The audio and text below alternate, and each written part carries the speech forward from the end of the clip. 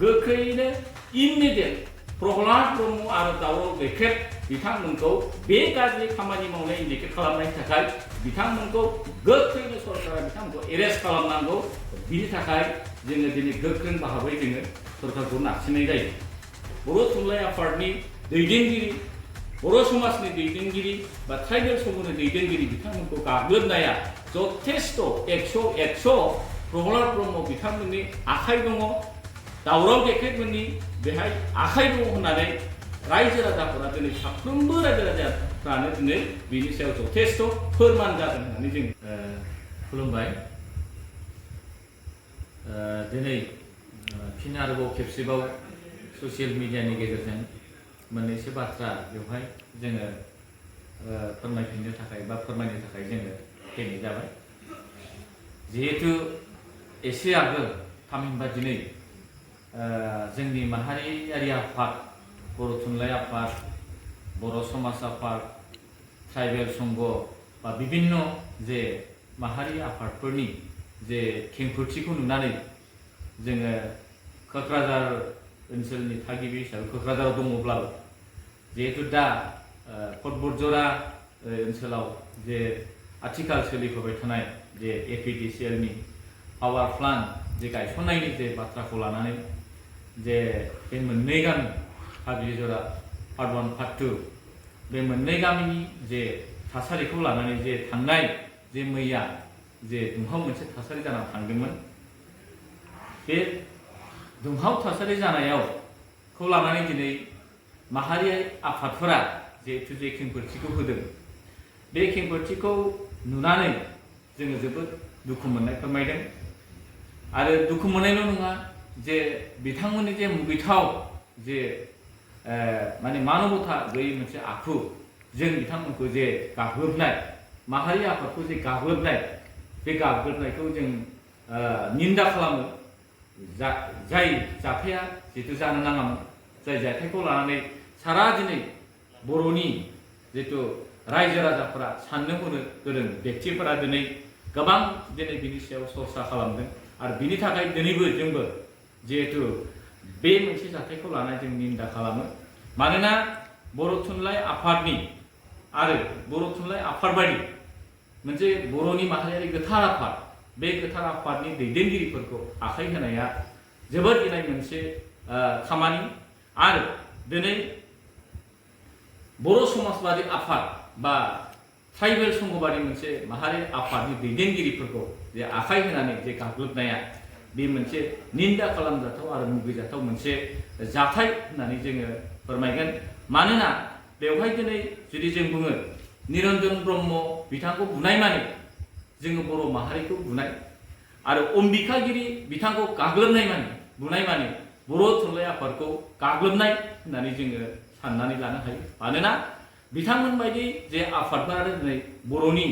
जे जोंनि समाजखान्थि रांखान्थि जौगानाय गासैबो बिथिंखौ बे आफादफोरा दिनै बर' हारिखौ बिथांमोना दैदेनो आरो जाय जे आफाद बे बिथांमोना जे फोरमायनानै लादों जे बिथांमोना गावसोरनो क्लियार खालामनानै लादों जे आथिखाल बे बासबारि ओनसोलनि बे दुंहाव थासारिखौ लानानै बिथांमोना फोरमायनाय बायदिब्ला बिथांमोना जथेस्थ' भाबै गामिनि रायजो राजाफोरनाव बिथांमोना कनसेन्ट लानानै बे हाबाफारियाव सोलिफुबाय थानाय बे हाबाफारिखौ माने दुंहाव थासारिखौ खबर लानो होननानै बिथांमोना जिहेतु थांदोंमोन बिथांमोना रायजोनि सुख दुख अभाब अभियोगखौ बिथांमोना खबर लानो होननानै थांदोंमोन नाथाय बेखिनियावनो जे माखासे जितु सोमावसारारि बिथांमोना जे माहारियारि आफादनि दैदेनगिरि बिथांमोनखौ जे अन्याय भाबै इनाय भाबै बिथांमोनखौ जे गाग्लोबनाय बे गाग्लोबनाया जोबोद मोनसे मुगैथावथाव मोनसे हाबाफारि जादों होननानै दिनै जोङो बुङो आरो बेखौ लानानै जोङो दिनै खावलायनो लुगैदों जे बासबारि ओनसोलनि गासै थागिबि रायजो राजा आरो गासै बर' माहारिनि मेलेमजिबि साननो हनो गोरों बिथांमोना जाहाथे बिनि सायाव गोथौ सरसा खालामो आरो बिनि सायाव मोनसे डिसिसन जिहेतु बिथांमोना साननायनि गेजेरजों बिथांमोना लाबोयो जोङो बेखौ दिनै आसा खालामो मानोना दिनै जोङो मोनसे बाथ्राखौ बेवहाय एड खालामनो लुबैगोन इउथ बिपिएफनि दैदेनगिरि बिथां प्रहलाद ब्रह्म बिथांखौ गले गले मुं खारिबाय थानाय जोङो जानो गोनां जागोन मानोना प्रहलाद ब्रह्म बिथाङा जिहेतु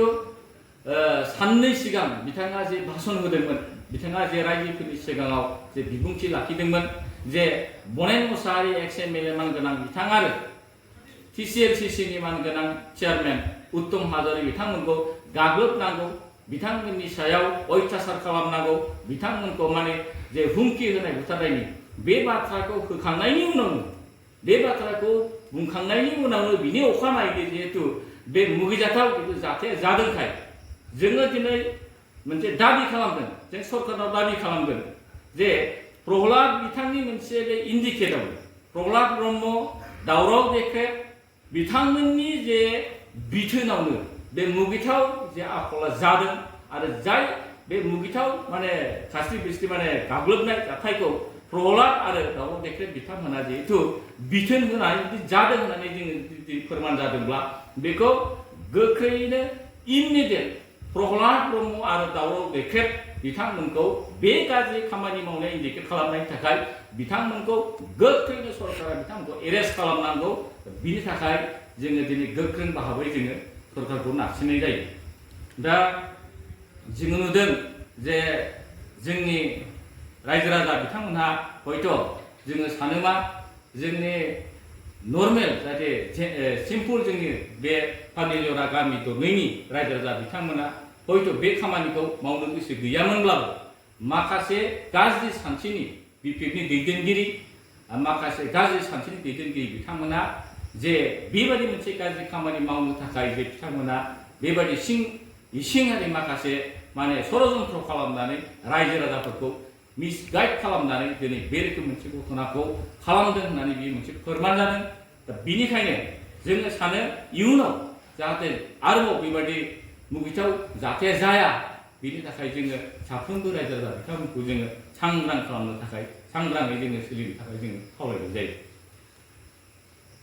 अब्ला बे जाथायनि गुबै दायनिगिरिया प्रहलाद होननानै नोंथाङा साननानै लादों नामा बेयो जौसेयाव जौसे स्पष्ट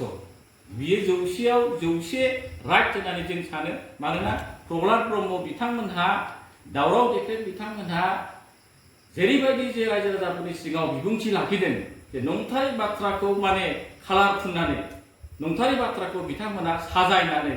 गावसिनि राजनिति बा पलिटिक्सनि लाबनि थाखाय बिथांमोना ओरैबायदि मोनसे माने थासारियाव लांबाय बे थासारिखौ साजायनानै बिथांमोना गावसोरनि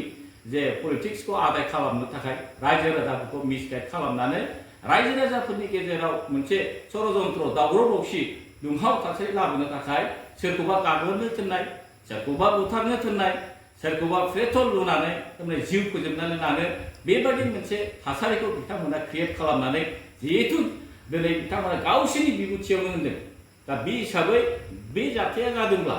बर' माहारिनि जिहेतु बर' थुनलाइ आफादनि दैदेनगिरि बर' समाजनि दैदेनगिरि बा ट्राइबेल समूहनि दैदेनगिरि बिथांमोनखौ गाग्लोबनाया जथेस्थ' 100 प्रहलाद ब्रह्म बिथांमोननि आखाइ दङ दावराव देख्रेबमोननि बेहाय आखाइ दङ होननानै रायजो राजाफोरा दिनै साफ्रोमबो रायजो राजाफ्रानो दिनै बिनि सायाव जथेस्थ' फोरमान जादों होननानै जों सानो लास्ट कुइसन सार जिहेतु क'क्राझारनि दरनै गामियाल' बे पावार प्लान्ट प्रजेक्टखौ जिहेतु जानो जे अपोज खालायदों नाथाय सारा क'क्राझारनि मानसिफोरा दे बे एफिडिसिएलखौ जे मोननो हास्थायदों बे बेलायाव सारा माबाफोर बुंनो गोनां दं नामा बे बाथ्राखौथ' जोङो मैया दाख्लैनिफ्रायनो बुंगासिनो दं जोंनि मानगोनां गोरों गोरा दैदेनगिरि बिथांमोनहा बुंगासिनो दं सरकारनिफ्राय बुंगासिनो दं जे थाखानाय गामिनि जे गामि दरनै पाग्लिजरा पार्ट 1 आरो पार्ट 2 बे थाखानाय गामि दरनैनि बाहाय कुनु सासेबो मोनसेबो न'खरा थाखानाय हा हुआ जेबो नस्थ' जायाबालासे आरोबाव थाखानाय हा हुनि अनगायै 300नि बांसिन 300नि बारा बिगा हा बेखौ बारलांनानैसो 300निबो बारा गामिनि बाहेरायाव थानाय हा बारलांनानैसो बे पावार प्लान्टखौ जितु गायसननायनि थांखि लादोंब्ला बेवहाय कुनु दिन गामि दरसेयाव थानाय बा गामि दरनैयाव थानाय कुनु सासे न'खरा कुनु सासे मानसिया कुनु गामिया एफेक्ट जायाबालासेनो बे पावार प्लान्टखौ जिहेतु गायसनगोनखाय बरंस बेवहाय दिनै बे गामि दरनैनि मानसिल' नङा पर्बतजरा ओनसोलनि थागिबि रायजो राजा जोंनि लाइमोन सेंग्रा सिख्ला बयबो लेखा रोंनाय रोङै बे ओनसोलाव थानाय सुबुंफोरा बे पावार प्लेन्टआव जिहेतु खामानि मावनानै जोंनि बेकार जेंनाफोरा जिहेतु सुस्रांजागोन बे बाथ्राखौ नोजोर बोनानै जोंनि साननो हनो गोरों मानसिफोरा दिनै बाथ्रा बुंगासिनो दं बरंस सरकाराबो बुंगासिनो दं बेवहाय बिटिसि सरकार आरो आसाम सरकारा जे बुंगासिनो दं बे पावार प्लान्टनि दारै कुनु जोंनि गामिनि रायजो राजाफ्रा गासिबो खहा जानाय नङा नस्थ' जानाय नङा बरंस जोंनि रायजो राजाफ्रा बेवहाय लाब जागोन जोंनि लाइमोन सेंग्रा सिख्ला एबा लेखा गोरों सुबुंफोरा लेखा रोङै मानसिफोरानो जा रोंनायानो जा बे पावार प्लेन्टआव खामानि मावनानै गावनि न'खर जौगानाय समाज जौगानाय बे बिथिंनि खामानि मावनो हागोन होननानै जोंनि रायजो राजाफोरखौ बुंगासिनो दं दा बे हिसाबै जोंनि बे गामि दरनैनिल' बाथ्रा नङा इन्टायार गासिबो पर्बतजरा ओनसोलनि बा क'क्राझार ओनसोलनि रायजो राजाफोरानो बेवहाय थानानै खामानि मावनायनि सुबिदाखौ जोङो मोननो हागोन बा बेनि जोङो सुबिदाखौ जोङो लानो हागोन